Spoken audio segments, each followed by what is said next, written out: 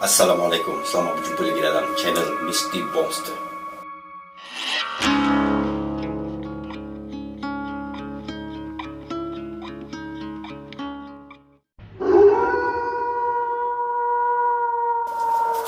Untuk cerita kali ini, kita mengisahkan satu kisah yang dimana ada terselit sedikit kelakar di dalam keseraman cerita ini. Nak dijadikan cerita, saya ada seorang kawan di mana dia ada abang yang dia ada masalah mental oleh disebabkan terlalu banyak menghidu gam. Dan abang kepada member ni memang sangat terkenal dalam kampung tu dengan ketidakstabilan pemikirannya. Nak dijadikan cerita seram dia. Ada satu malam ni, jiran-jiran rumah member ni bising tau. Macam di tengah malam, tengah bising. Jiran-jiran yang lain rasa terganggu. Bila diorang rasa terganggu, diorang akan keluar. Bila diorang buka pintu, diorang nampak abang member saya ni tengah duduk di depan rumah dia sambil membawa kain putih. Dia seolah-olah membalut sesuatu dengan kain putih tadi. And then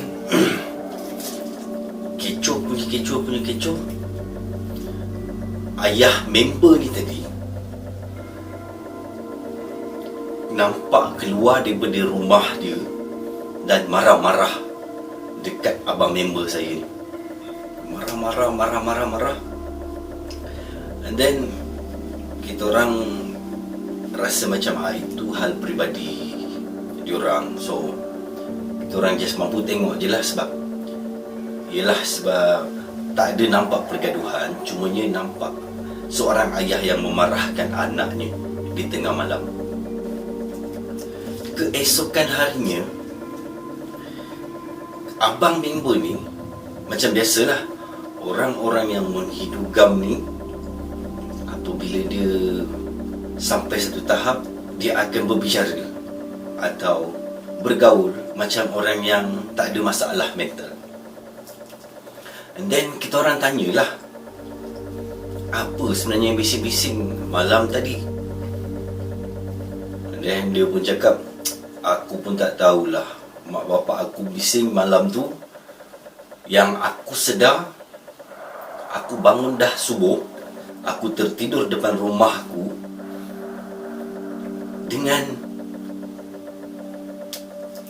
dengan satu benda yang aku balut dengan kain putih, di mana aku sendiri tak sedar apa yang aku bawa tu sebenarnya. Apa yang aku bawa tu sebenarnya adalah batu nisan yang aku balut dengan kain putih. Entah apa yang aku fikirkan malam tu, sehingga kan aku rasa benda ni satu benda yang berharga.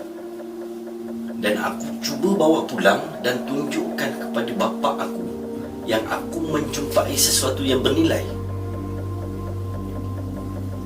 Cuma yang peliknya, sepanjang perjalanan selepas aku kutip benda tu, dia terpacak dalam tanah benda ni.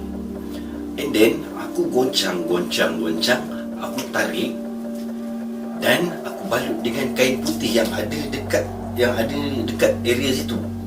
Aku ambil kain tu dan aku balut, dan aku pulang.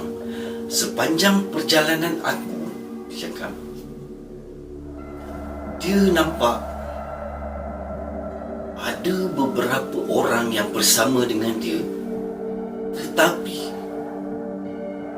orang-orang yang mengikut dia ni berjalan ni tadi bukannya berjalan macam orang normal. Dia cakap di jalan seolah-olah macam melompat-lompat.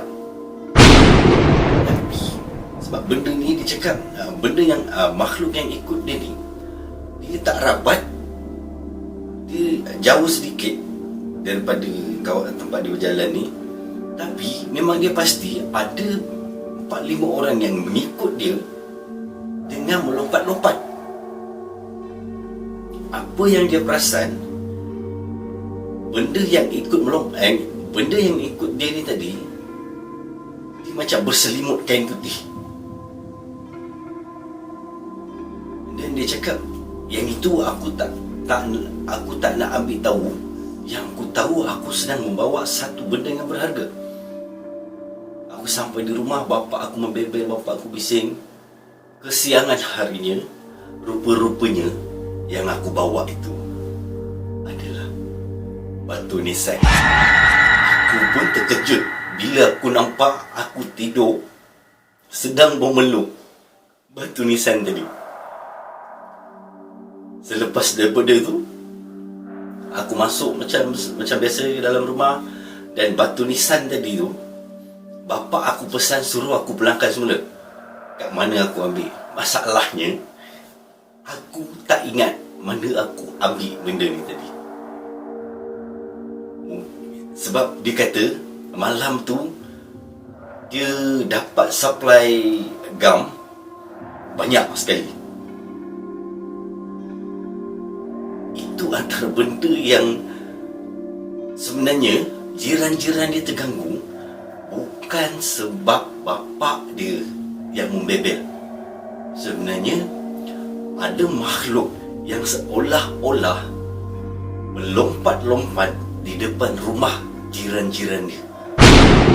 Hari itu orang kampung terhibur dengan kejadian yang agak kelakar tetapi sangat menyeramkan. Dan batu nisan tu pun bapa member ni tadi bawa ke kawasan perkuburan dan letakkan di sana semula. Selang beberapa hari kemudian, abang member ni tengah malam juga dia berlari sambil menjerit, panggil bapa dia. Ayah! Ayah! Lebih kurang macam tu lah.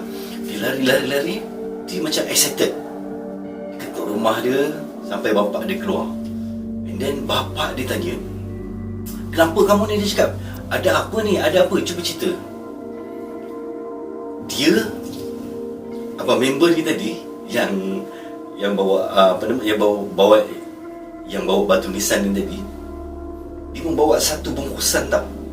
Dia bungkus sesuatu dengan dia punya scarf. Dia bungkus sesuatu dan dia cuba tunjukkan dengan bapa dia. Tengah malam ni juga. Dia cakap, ayah, aku jumpa mutiara. Mutiara yang sangat berharga, sangat mahal. Bapa dia cakap, wah, tunjuk kat ayah, dia cakap. Bila dia buka bungkusan tu, dia buka perlahan-lahan, bapa dia terkejut. Yang ada di dalam bungkusan itu tadi sebenarnya tai kucing. Memang kelakar. Satu kampung terhibur dengan kejadian tu.